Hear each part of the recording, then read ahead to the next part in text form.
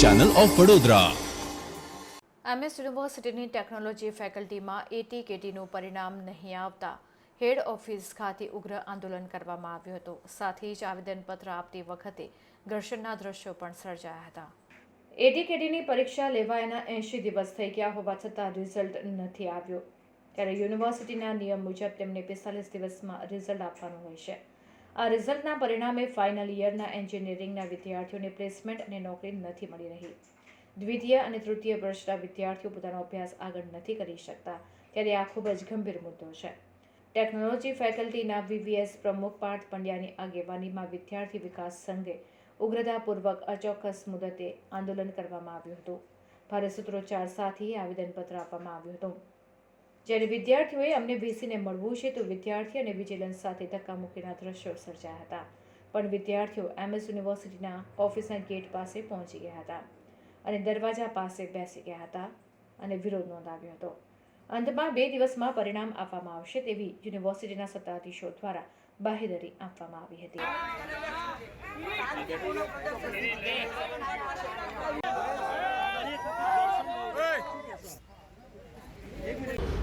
એ વિષયના અનુસંધાને તો ડીન સાહેબને અમે તાત્કાલિક બોલાવી લીધા છે। ડીન સાહેબ એમની સાથે વાતચીત કરી રહ્યા છે અને એમાં જે પણ કંઈ યોગ્ય ખુલાસો છે એ ડીન સાહેબ એમાં જણાવી શકશે।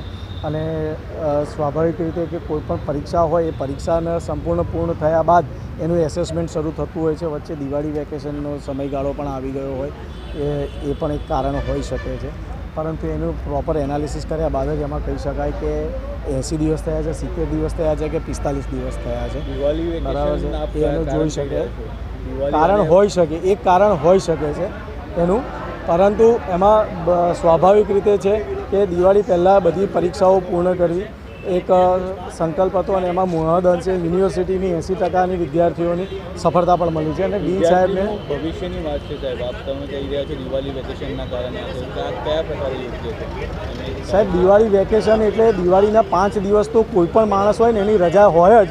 આ પ્રકારનું એના ભવિષ્ય માટે થઈને બીજાના જે કર્મચારી કામ કરતો હોય, આ કર્મચારી શું એ રજા ન લઈ શકે? આપ જણાવી શકો છો કે શું એ 5 દિવસ માટે કર્મચારી રજા ન લઈ શકે?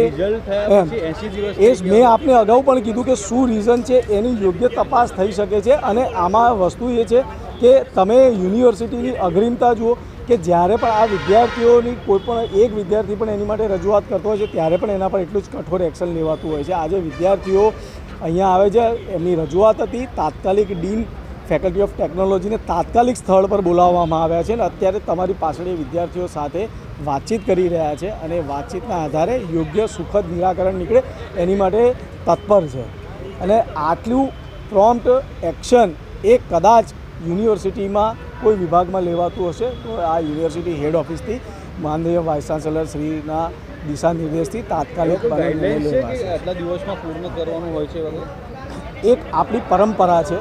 એ પરંપરા અનુસંધાને આપણે 45 દિવસની અંદર રિઝલ્ટ ડિક્લેર કરી દેતા હોઈએ છીએ, પરંતુ એ કોઈ એની સૂચિત એ જે છે બ્લેક એન્ડ વ્હાઇટમાં જેને કહી શકાય એ પ્રકારની કોઈ વ્યવસ્થા હાલ એવું નથી, પરંતુ આ એક પદ્ધતિ છે અને ઘણા રિઝલ્ટ આપણે 20-20 દિવસમાં પણ ડિક્લેર કરેલા છે, બરાબર છે। આજે યુનિવર્સિટીમાં દરેક 14 ફેકલ્ટી અને 3 કોલેજીસની મળી અને 80થી વધારે પરીક્ષાઓ એકસાથે ચાલી રહી હતી, એમાંથી 70થી વધારેના રિઝલ્ટ ડિક્લેર થઈ ગયા છે। ક્યાંક ને ક્યાંક બાકી હોઈ શકે, વ્યવહારિક છે, વિદ્યાર્થીને એની ચિંતા હોઈ શકે અને યુનિવર્સિટી એના પર તાત્કાલિક રીતે અસરકારક પગલાં લેવા માટે યુનિવર્સિટી તત્પર છે। અને યુનિવર્સિટી હવે એવું સમજવા લાગી છે કે આ કોઈ અમારા વિદ્યાર્થીઓ નથી અને અમને અંદર ન આવવા દેવા આ ગુનેગારો છે, એવું યુનિવર્સિટીના સત્તાધીશોના મનની અંદર આવી મનગણનાઓ નવી શરૂ થઈ ગઈ હોય એવું મને લાગે છે। કારણ કે યુનિવર્સિટીના વિદ્યાર્થી હેડ ઓફિસ આવી અને એમની યુનિવર્સિટીના જે મૂળભૂત જે ઓફિસમાં રજૂઆત નહીં કરે તો ક્યાં કરશે? એટલે યુનિવર્સિટી હવે એમના વિદ્યાર્થીઓને વિદ્યાર્થી ન માની રહી હોય એવું મને લાગી રહ્યું છે।